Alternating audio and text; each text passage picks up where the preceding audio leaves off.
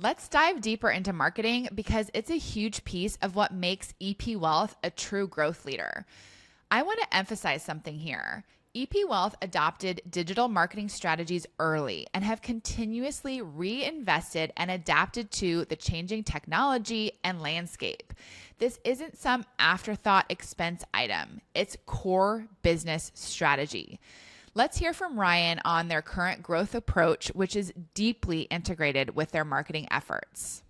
So I think I'm hearing that the client first approach really bleeds into probably all aspects of your business, including your marketing strategy. Ryan, as you think about the growth today and you're thinking about it's 2025, you're probably running an annual strategy, looking ahead to 2026, like what are today's drivers of growth? Where are your new assets and new clients coming from today? What's interesting is that we have a saying that we reinvent ourselves every 18 months, except for the values upon which we do it. Right? And so this actually is a good example of that, which is first and foremost, the main places that people come for clients are really the same they have been for a while. We have people who join us through our M&A partnerships, which we really think about organic and inorganic growth as two sides of the same coin. When you do a great job for clients, they're going to be attracted to come to you, whether they're coming because their advisor chooses to join you through an M&A partnership. That's one way of growth. Certainly, you do a great job for clients. They're going to rave to you, to their friends and family.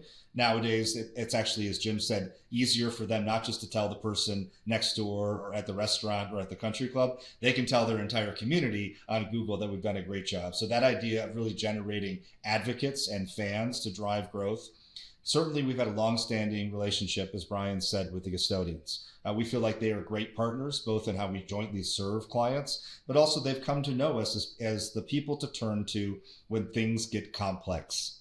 And so we get clients from the custodians whenever it's really that combination of a tax problem, an estate problem, really sticky financial planning problem. Not that they're just looking for the best way to beat the market for the next 12 months. So that really powers sustainable growth through the custodian channel, not just one-off.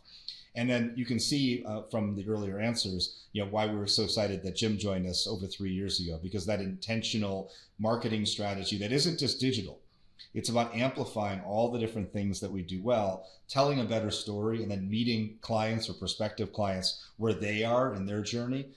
When you put all those things together, it then becomes a portfolio, and we can think about how do we intentionally invest against that, put the right talent. And I would say a big part of how we actually get the client is also to make sure that the client realizes that the person that they're going to talk to is fully trained and equipped to bring all of those resources to bear. And so that consistency of quality of the client experience, we think is a really important way that as we have grown, scale doesn't matter if you dilute what you're good at.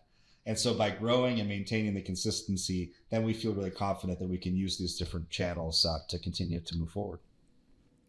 So when you're doing your annual planning, you sort of just mentioned a number of different drivers of growth for the business. Do you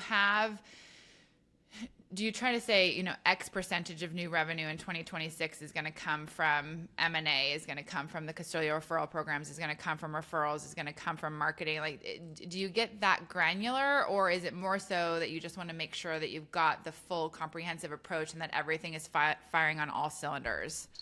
It's definitely intentional and it's definitely granular. But I think what's important is it's a combination of the bottom-up view from our advisors and from our regional leaders. Our regional leaders are entrepreneurs. They think like we have for years. They want to continue to grow, but they want to do it the right way.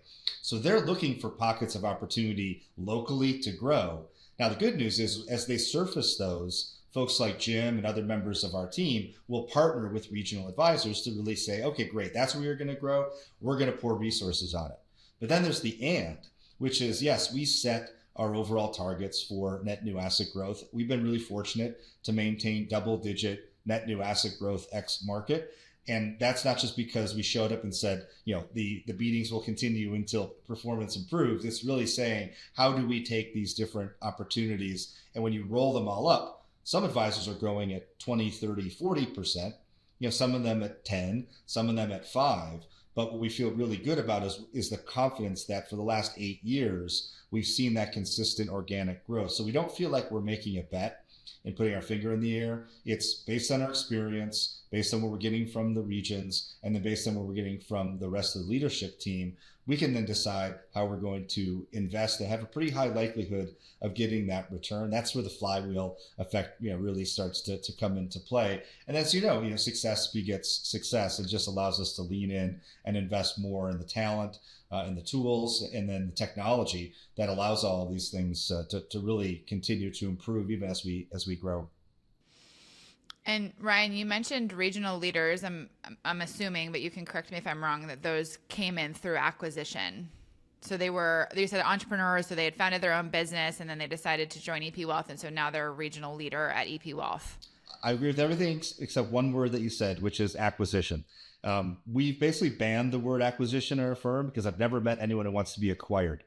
These are folks who are entrepreneurs. They built a business. They got to a place that probably Brian and Derek were 13 years ago, 14 years ago, and they wanted to partner with someone. So partnership can be a word you kind of throw around lightly because it sounds really good. But the reality is those regional leaders are partnered with us because they know their business, they know their space, they know their market. But in partnering with us, we can really go in, help them do what they're already doing really, really well, and then open up other channels of growth that maybe they hadn't thought about, maybe they didn't have the resources for.